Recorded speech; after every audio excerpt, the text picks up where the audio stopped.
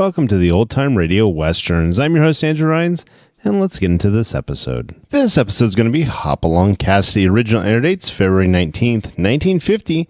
Title of this episode, Hoppy Takes a Chance. Hope you enjoy, and again, thanks for listening. It's Hopalong Cassidy.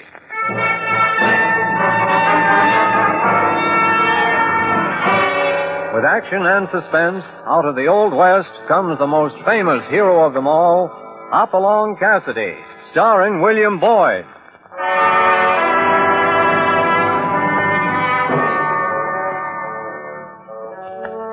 The ring of the Silver Spurs heralds the most amazing man ever to ride the prairies of the early West, Hopalong Cassidy.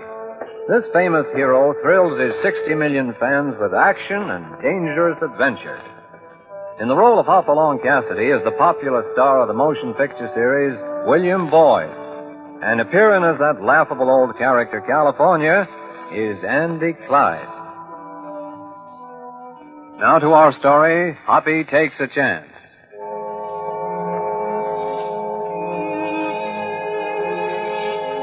September at the Bar 20. Like all cattle ranchers, is a happy month for the line riders, the lonely cowboys whose duty it is to patrol the boundaries of the ranch and see to it that the outfit stock stays on the reservation. It's a happy time because it marks the end of the season for them and the friendly atmosphere of the ranch house just around the corner. But Bob Cranston was different from the rest. There was a frown on his face as Hoppy rode up to him on the ridge south of the Bar 20 ranch house. Hi there, Waddy. How's it going? Can't complain, Hoppy. Good. I figure on sending you out at sunup tomorrow. Make a circuit of the ranch boundaries, run down the strays, and kick any of Salinger's cows back onto their own territory. Take you a week or so. Okay, boss. How do you like the new job? Fine, I reckon. Wondered if I might keep right at it on through the winter after cutting out in Brandon. You mean you want that winter job? Sure, why not? Bucking the snowdrift, running down weak dogies in a blizzard. Most of my boys yammer like a stuck pig when I hand them an assignment like that. Well, I don't know. I ain't much of a hand around the ranch house. Like to be off by myself. I don't mind the cold. If you'd give me the job, I'd sure work at it, Hoppy. Well, brother, if you want it, you get it. Come on, Topper, let's get back to headquarters.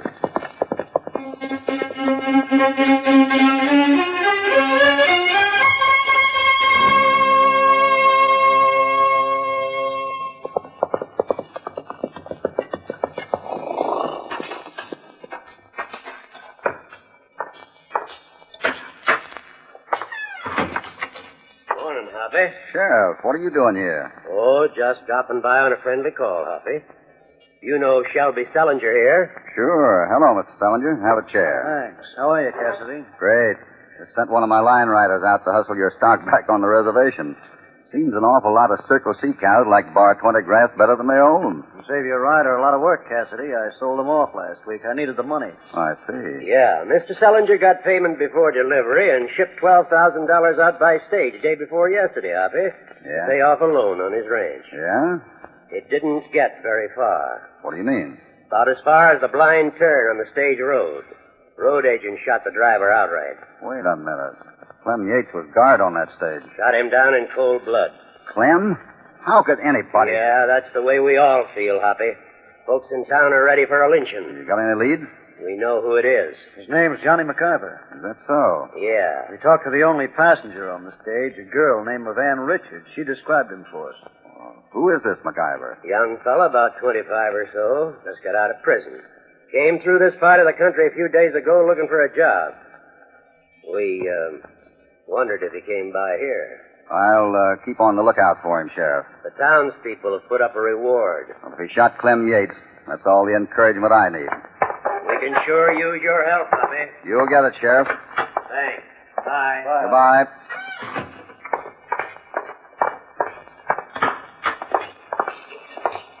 California. Huh? Hiya, Hoppy. I was just frying up half a dozen eggs here to tide me over till dinner. Forget your stomach for once. Hoppy, eggs is brain. I don't need your brain. I need the seat of your pants in the saddle. Right now. What's up? I want you to ride down the South Ridge and pick up Bob Cranston. You mean the new hand you put on yesterday? That's right. I want to find out why he calls himself Cranston when his real name is Johnny McIver.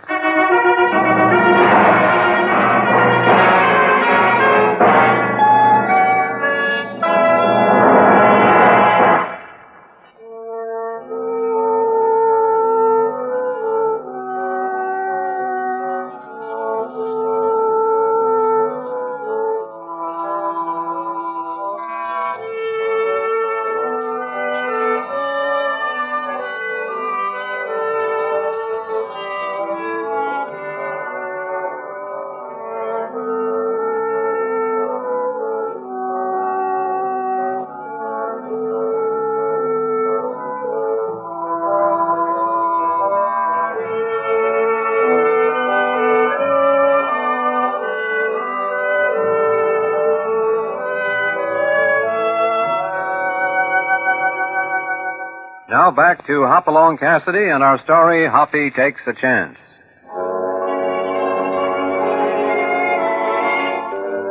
Two men have been murdered. One of them, the beloved Clem Yates, when the mail stage out of Baker's Crossing was held up and robbed by a masked bandit. The sheriff and the townspeople are sure the robber is Johnny MacIver, a young ex-convict. And while they scour the country for him, Hoppy is talking to him in the main room of the Bar 20 ranch house. You've got to believe me, Hoppy. I had nothing to do with this. I didn't Take it easy, Bob.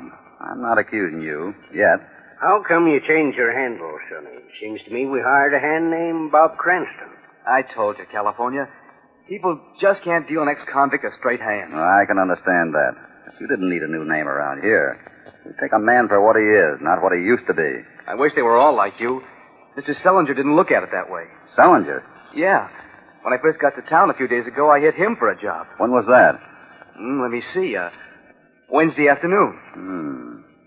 And the stage was held up that night at 8. What did Sellinger tell you? He told me to come back about 10 o'clock. Said he'd let me know then. So you went back, huh? Yeah, I started back from town about 7. Didn't see anyone till I got to that place where it fords the creek. You know, there's a grove of cottonwoods there. Yep, I know the place. There was a fire going and a couple of men boiling up some coffee. They said they were from Sellinger's ranch. What did they look like? One of them was heavy set, wore a pair of side whiskers. That'd be Sam Wellman. Who? Sellinger's ranch foreman. What about the other one? He was red-headed, kind of short. Yeah, it's Red Conroy. What happened then? They told me Sellinger wasn't back to the ranch yet. Asked me to have a cup of coffee with them. It was pretty chilly, and I figured a cup of coffee would taste good, so... So you accepted the invitation? Yeah. They said Mr. Sellinger had passed right by there on his way back. Well, we sat around a while, then the redhead pulled out a pack of cards and suggested a game. Uh-oh. Them fellers are sure death at poker. Huh? Red and Sam are a couple of pretty slick poker players. How much did you lose? I didn't lose. I won $300. Huh? Sonny, you're wasting your time as a cowpoke. Anyone who can skin them coyotes that draw poker is... Wait a minute, California. You, pretty good at poker, Bob? Oh, just fair. They played pretty stupid. I took $100 pot with a pair of tens. Huh? Playing against Red Conroy and Sam Wellman? Oh, wait a minute. Maybe this makes sense. What did you do with the $300, Bob? I saved it. They told me a lot of places I could blow it in town, but I didn't. They did, huh? Now what's that got to do with it, Hoppy? I'm not sure yet, but I got an idea. Our coach was robbed at 8 o'clock. Where were you at that time, Bob? That was about 30 minutes before I met the two men. I was at the trail quite a piece. Alone. No alibi. I guess not. About a half hour after the robbery, you run onto Red and Sam and win $300 from them at poker. They figure, of course, you'll roll into town and blow it sky high. When did Sellinger finally show up? Well, I don't know. About 10, I guess. And he turned you down? Yeah. Said he didn't want any truck with jailbirds. I see. Well, before we start out, I want you to know I'm going to give you every break I can. If you tell them the truth, I'll stand up with you against the whole town. If you're not... I'm not worrying about that, Hoppy. Okay, let's get going. Where? The blind turn on the stage road where the coach was robbed. Maybe we can find a few tracks. Bob. Yeah? You can check your gun here at the ranch house. California and I'll take care of any shooting that has to be done.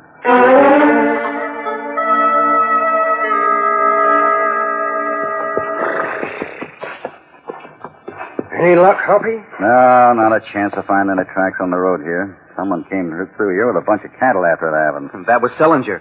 That bunch of steers he just sold. Tell me something, California. Anything you want, Hoppy. My brain's at your service. Well, harness it up for a minute. You planned to hold up the mail coach here. Where would you hide out? That's a cinch. Right behind the tree yonder. That's what I thought. Come on. Hey, I said over there behind the tree. Sure. So naturally, a smart bandit would hide up in those rocks above the turn. Hopalong Cassidy, so help me. Don't get insulted, California. You got a wonderful pair of feet.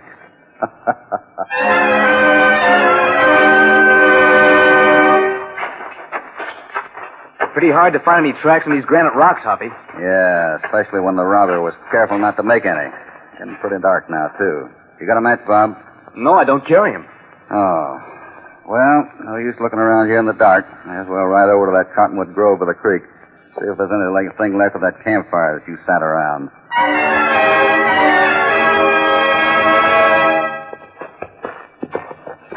No dice, Hoppy. There ain't a thing to show anyone's been here. Not a track, not a sign of a campfire. But I told you the truth, Hoppy. I was here. Someone's cleaned the place up. I know it. Huh? You mean you believe me? I think I believed you from the first, Bob. Now I got proof. But we ain't found a thing, Hoppy. Now, how can you... That's just it. It's not what we found, it's what we didn't find. What do you mean? One of our line riders uses this place regularly. Builds his fire right here in the clearing. The ashes would be here if someone didn't have a reason for cleaning them up. They knew Bob had come here with his story. They wanted to make a liar out of him. You mean Sam and Red? Yeah. And back there at the blind turn, we didn't find any tracks on that granite. But I found something else. What was that? That's why I asked you for that match. I never saw a cigarette smoker yet who didn't carry matches. One of the robbers left this behind. Well, I'll be a cigarette butt. Yeah. You think it was Sam and Red? And someone else. The man who planned the job. I can't think of a single reason why a man would drive a herd of cattle 6 miles out of the way. Unless there were some embarrassing tracks he wanted to cover up. Lord almighty. Salinger. That's right. Salinger.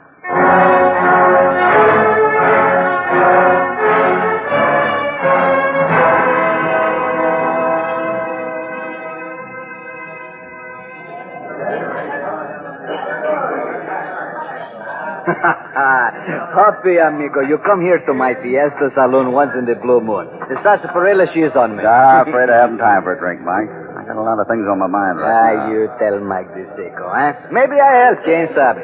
What do you know about Salinger, Mike? Seems to me he was up against us for money for a while back.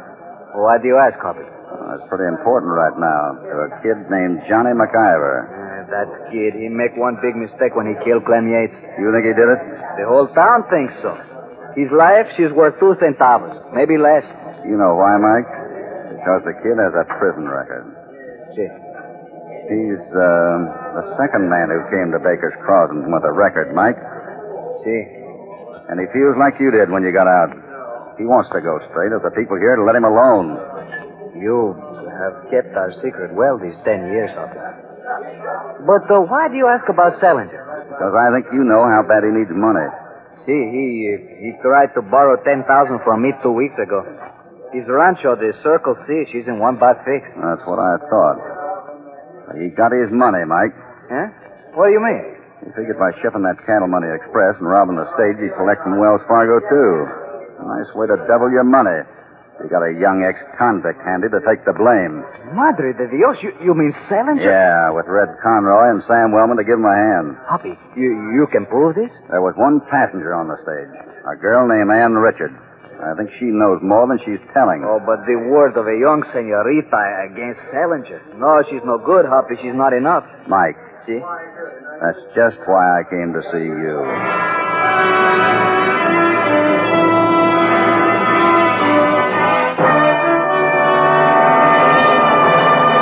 Before we continue with this exciting story, here is a word from your announcer.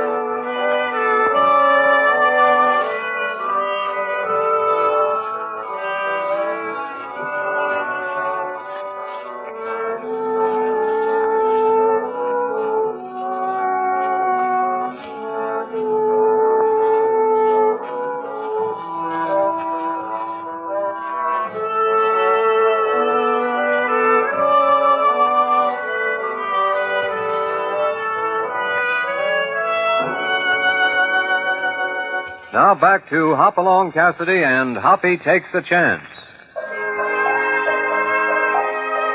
Hoppy is sure now that Shelby Salinger and his two henchmen engineered the robbery of the mail stage, carrying his own money, knowing that Johnny McIver, a young ex-convict, would be blamed. But it's quite another matter to prove it. That's why Hoppy has called on Ann Richards, the one passenger on the stage during the robbery and the only living witness. Please, Mr. Cassidy, that's all I know. It's just as I told the sheriff. I tell you, I want to know the truth, Miss Richards. I want to know exactly what happened on that stage from the minute the driver pulled up at that blind corner. But I've told you it You told me what someone's forcing you to say. Hoppy. Yeah? Fred Conroy, standing across the street. I just seen him through the window. I know. Huh? I made sure he saw me come here. Keep an eye on him. Sure, Hoppy. Oh, I sure wish I knew what was going on. You know what you're doing, Mr. Cassidy. He's watching this house. He'll do anything. Kill me. Anything. Wait a minute, Miss Richards. I wonder if you know what you're doing. I tell you he'll kill me. Do you understand that? He'll stop at nothing. Listen to me. You're the only witness to that robbery. Because you said so, they're out looking for one man instead of three. Because you said so, they'll hang Johnny McIver. Because he happens to have a prison record and no alibi. I can't help it. I can't. If you want it in plain English, Miss Richards, you're yellow. You're willing to let an innocent man hang to save your own skin. But it's too late to do anything now. The people are ready to lynch him. I can't stop them. What can I do You can now? tell me really what happened out there at that blind corner. You're right, Mr. Cassidy. I guess I am a coward. I don't know. When they came here and threatened me. Who? Conroy and Wellman. They said they'd kill me if I didn't tell the story the way they wanted it. Well, let's have it now. There wasn't just one man, Mr. Cassidy. There were two. Conroy and Wellman. I think so. I couldn't identify them out there on the road. They wore masks, and one kept calling the other McIver. I see. I was inside the coach when they forced Clem Yates to get down. He was right next to the window. I heard him say, "McIver? You're not McIver." Then what? That's when the shot came. Hey, he's coming across the street. There he is now. Get behind the door when I open it. You know what to do. Stay right here, Miss Richards. Ready? Let her rip. Hello, Cassidy. Conroy, what can I do for you? I can talk better inside. Especially with a gun in my hand. You think that's going to get you anywhere, Red? Put your hands up, Cassidy. That's better. You know, you got a bad habit. Messing around in things that ain't your business. And I'm going to break you of that right now. Before you get your nose caught in somebody's keyhole. Keep those hands up, Cassidy. Did you hear what I... Oh! Nice work, California. Hit him too hard. My gun butt'll never be the same. Mr. Cassidy. You see, Miss Richards, these tough guys aren't so bad when you use the right kind of diplomacy. Get some rope out back, California. We're going to truss this turkey up so that he won't come undone till roasting time. Right, Hoppy. Why are you going through his pocket? Ah, here we are. A letter?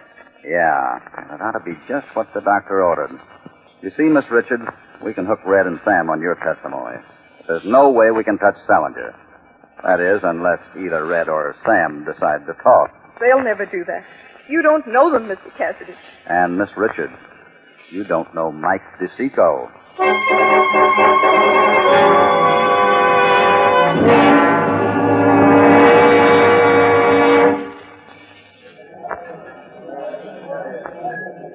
So, she's changed the story, Hoppy. Yeah. Muy bueno.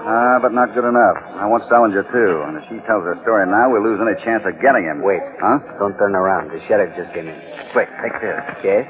A letter Red Conroy wrote to a girl in Council City. Bueno. Morning, Hoppy. Oh, howdy, Sheriff. Anything new? Been keeping mighty busy, Hoppy. Me, too. Got no business hanging around the fiesta here. Gotta get on back to the ranch. Just a minute, Hoppy. Huh? Don't run off. But you might like to know Johnny McIver was spotted by a posseman an hour ago, riding line on the Bar 20. Which means what? Which means you're under arrest, concealing and giving shelter to a public enemy. Sorry, Hoppy, but you're going to jail.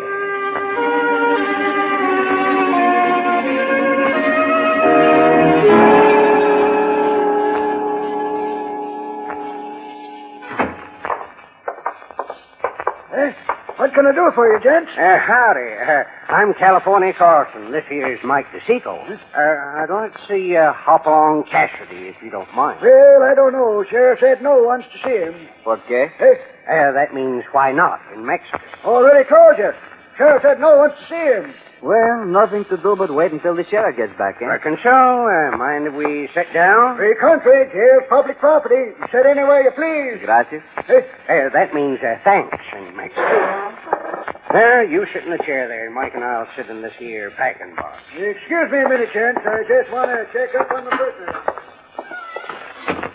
Mike, did you get a look at them cell keys hanging from his belt? See? Can you get them? Can I get them? At the age of 6, I was the second best pickpocket in Mexico City. Who was the best? My papa. We'll get him when he sits down. You pull the chair and grab his gun, no? Here he comes. $100. Stone walls do not a prison make, the fella says. Ain't never seen the baker's cross in jail, I reckon. Poor old Hoppy. Wonder if he's had his dinner. Oh, don't worry. Sheriff will bring him something when he gets back.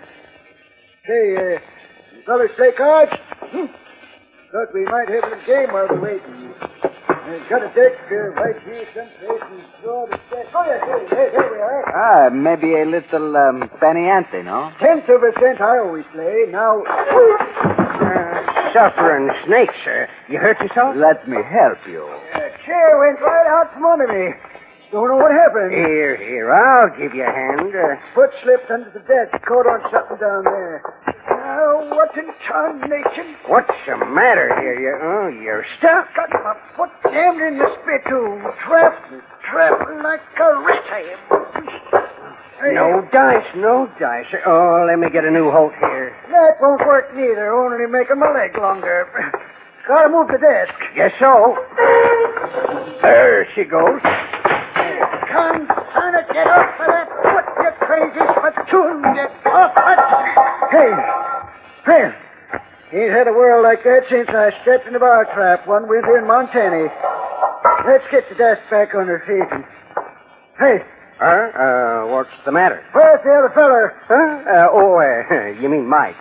Well, doggone, looks like he went. Trying to pull the wool over my eyes, eh? He's back there at Cassidy's cell. That's where he is. I'll show that feller rules are rules. Yeah, by golly, you show him. Hey, you down there. Stop the name of the law. What do you see? Look at that. Door's open. Tag busted. He took my keys. Well, take a look inside. Maybe Hoppy's hiding under the bed or something. I confounded I can see, can't I? She's as empty as that day she was made. Hey! Wait a minute! Open this door! Get me out of here! Get me out! Get me out of here! Right.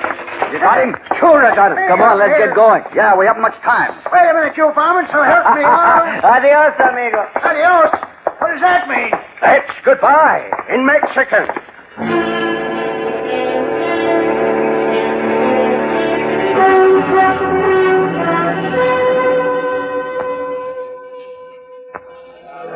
Let's show you up here now. We'll show you what justice is, Sheriff. Quiet, everyone. It's my duty to see justice is done. That's why I've come out here to the Bar 20 after Johnny MacIver. If he's found guilty by a jury after he's had a fair trial, he'll get the full punishment under the law. And not until. We'll give you 5 minutes to turn him over, Sheriff. Yes, just 5 minutes. Getting mighty rough out there, Sullinger. Don't think we can hold out much longer. He hasn't got a chance. He don't deserve a chance. The law says he gets a fair trial, Sam. That mob ain't gonna take him without a fight. 12 men against that mob out there? You're out of your mind, Sheriff. You got any ideas, Sullinger? Yeah. If you went out on the porch there and grabbed their attention, the kid and I might be able to get away from the rear. Say, that might work, Sheriff. If we could get him back to the jailhouse, we might be able to hold him off. And if the mob spotted you? Well, that's the chance we have to take.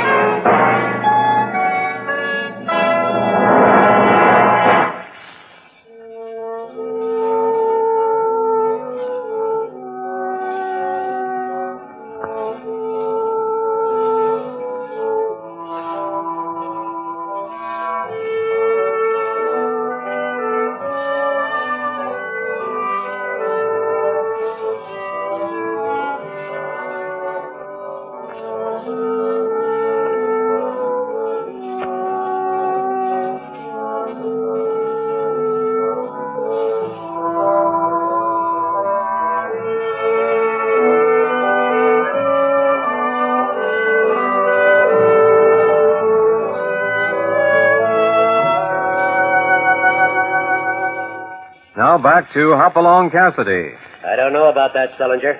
If you take Johnny McIver out the back way and make a run for it... Now, don't you see it's the only chance? And then you got won't stand up against that mob for 2 minutes. Well, I guess we'll have to try it. But an awful lot depends on you. You just leave it to me, Sheriff, and things will turn out just fine. I'll bring the kid in. Come here, McIver. I want to... Cassidy! Hello, Sheriff. What are you doing here? Oh, I got kind of bored down at the jail. Hello, Salinger. And Sam Wellman. Welcome to Bar 20. You're just in time for the payoff. What are you talking about, Cassidy? This. What's that? A little billy-do from your pal Red Conroy. Starts out, the following is my true and complete confession on the hold-up and murder at the Blind Turn at 8 o'clock on the night of September 12th. Let me see that. Not so fast, Salinger. Want to take a look at it, Sheriff? Yeah. It's a trick. Shut up, Sullinger. It's Red Conroy's handwriting, all right. I can tell it a mile away. What'd you do with him, Cassidy? He's taking it easy in town. And while I stood guard at the bend, Sam Wellman walked up to Clem Yates. It's a lie. Conroy killed him. Shut up, Sam. That double-crosser ain't gonna frame me, and you ain't either, Sullinger. I never pulled a trigger. Sam! Get away from him, Sullinger. Sullinger shot the driver, Sheriff. It's the truth, so help me. I was keeping watch. And it was Red who walked up to Clem Yates, huh? Yeah. Stay where you are, Sullinger. Keep your hands up. I'll get you for this, Wellman, so help me, You ain't getting anyone now, Sullinger. You're going to turn around while I march the two of you out on the porch and read this confession to the crowd. Come on now. Get going.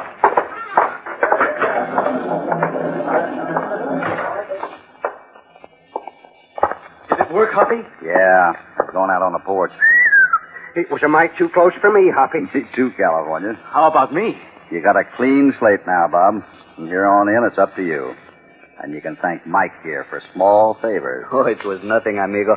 As they say in Mexico, la cuerda se rompe por lo más delgado. The rope she break at the weakest point. Es verdad, no? Yeah. And we all have another secret to keep. Eh, Mike? Huh? What's that, Hoppy? That confession of Red Conroy's. Or maybe you didn't know that Mike DeSico, in his heyday, was the best forger west of the Mississippi.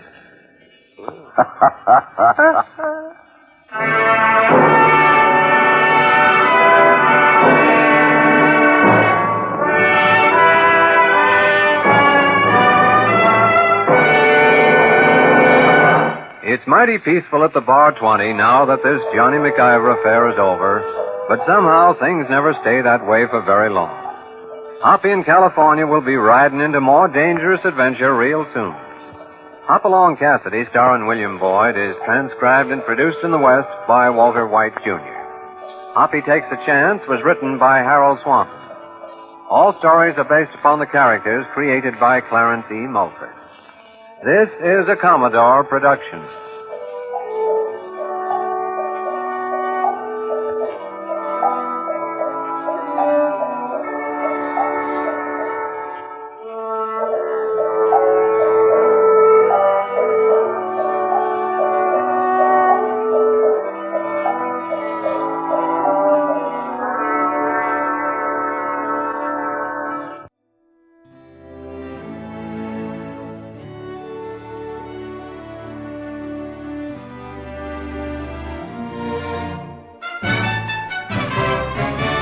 This has been a presentation of OTRWesterns.com, and we hope you enjoyed. Please take some time to like and rate our shows in your favorite podcast application. Follow us on Facebook by going to OTRWesterns.com/Facebook. Join in the conversation by going to OTRWesterns.com/Discord. And don't forget to send us an email, podcast@OTRWesterns.com. This episode is copyright under the attribution, non-commercial, share alike copyright. For more information, go to OTRWesterns.com/copyright. Have a great day, and again, thanks for listening.